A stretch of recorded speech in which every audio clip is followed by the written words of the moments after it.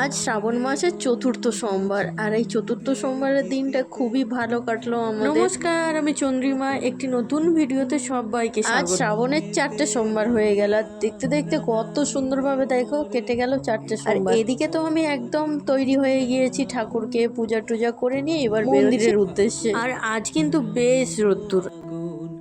তুমি যে রসের ধারা। আজ আমাদের মন্দিরে বাজারে যাওয়ার কথা ছিল মন্দিরে পূজা দিতে, কিন্তু যাওয়া হলো না। কি আর করা যাবে, আসছে বছর আবার এখনো একটা সোমবার বাকি আছে, দেখি ভগবান কোথায় নিয়ে যায়। আর একটা কথা না বললেই নয়, এই যে পরপর কয়েকটা সোমবার মন্দিরেতে যাই, যে মন্দিরে কাঁসর ঘন্টার আওয়াজ শুনলেই যেন মনটা ভালো হয়ে যায়, আর কোনো দুঃখ কষ্ট যেন থাকে না। এক কথায় বলতে গেলে এতটা শান্তি লাগে যখন ওই বসে বসে ঘন্টা কাঁসর ধ্বনি শুনতে থাকি, ব্রাহ্মণ মশাইয়ের মন্ত্র উচ্চারণ, যেন মনে হয় আমি একটা অন্য জগতে বাস করছি। আর আজকে আকাশটা দেখো, এত সুন্দর দেখতে লাগছে, যেন মনে হচ্ছে আকাশটা বলছে এই তো পুজোর আর কয়েকটা দিন। কিন্তু বিশ্বাস করে, এই যে আমাদের পায়ের অবস্থা প্রচন্ড খারাপ হয়ে যাচ্ছিল, এত ভীষণ রোদ্দুর। আর এই দেখো, তোমাদের সাথে গল্প করতে করতে আমাদের মন্দিরেতেও চলে এলাম, কালী মায়ের মন্দিরে। ওখান থেকে প্রণাম রাস্তা দিয়ে যেতে যেতে দেখলাম যে গাছে অনেক ফুল হয়ে রয়েছে, তোরাও কেন বাকি থাকে, চ তোদেরকেও নিয়ে যায় সঙ্গে করে। গাছে অনেক ফুল প্রায় ছিল, কিন্তু রাস্তাটা এতটাই গরম ছিল যে বেশিক্ষণ দাঁড়ানোই যাচ্ছিল না। ওই হাতে গোনা কয়েকটা ফুল তুলে নিয়ে চলে এসেছিলাম। ভরেছি আমার বাউল গানের ঝুলি।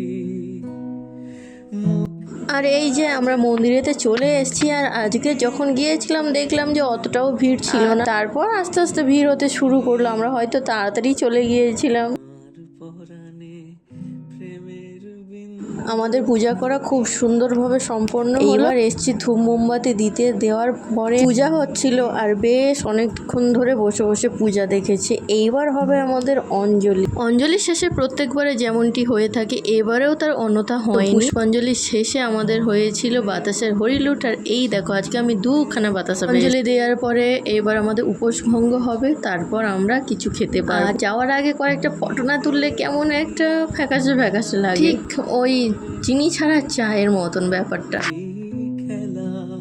আমাদের পুজো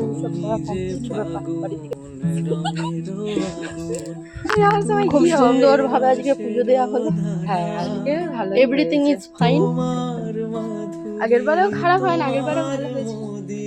একটা সোমবার, 4টে সোমবার কিভাবে কেটে গেল, আর ভালো কাটলো। কোথায় যাওয়া যায়, খালি আমি সাপ দেখতে পাচ্ছি আজকে।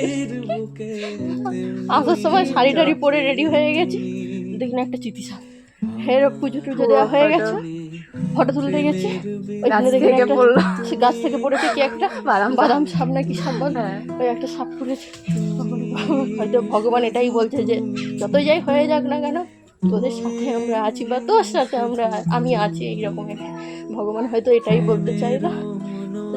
খুবই ভালো পুজোটা কাটলো। এই রাস্তাটা তবুও